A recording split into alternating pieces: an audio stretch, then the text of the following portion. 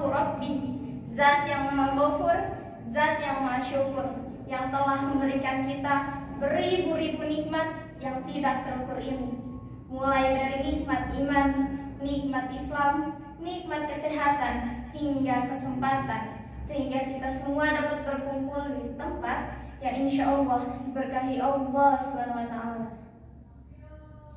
Tak lupa, sholawat serta salam kita curahkan kepada Nabi besar kita, Nabi Muhammad Sallallahu Alaihi Wasallam. Hadirin rahimakumullah, di suatu ketika Nabi Sulaiman alaihissalam pernah diperintahkan oleh Allah untuk memilih 3 pilihan, yang diantaranya ilmu, harta, dan juga tahta sebagai raja. Tapi entah mengapa dengan tegasnya kala itu Nabi Sulaiman alaihissalam malah memilih ilmu sebagai pilihannya. Mungkin bagi sebagian orang pasti akan memilih ilmu, pasti akan memilih harta maupun tahta, kan? Lalu kenapa Nabi Sulaiman malah memilih ilmu? Jawabannya ialah karena Nabi Sulaiman alaihissalam paham betul bahwa ilmu itu tidak seperti harta maupun tahta. Ilmu ringan dibawa kemana-mana.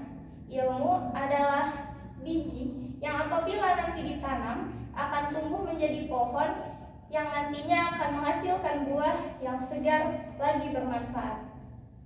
Ilmu adalah cahaya yang akan menerangkan jalan menuju tujuan kita, sehingga kita tahu mana jalan yang benar, mana jalan yang salah, mana jalan ke surga dan mana jalan ke neraka.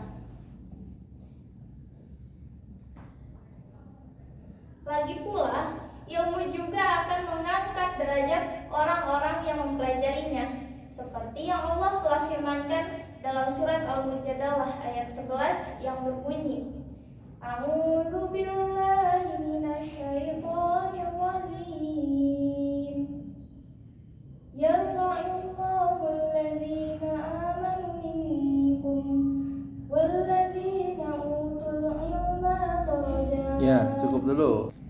Allah akan mengangkat derajat orang-orang yang beriman di antaramu dan orang-orang yang diberi ilmu beberapa derajat.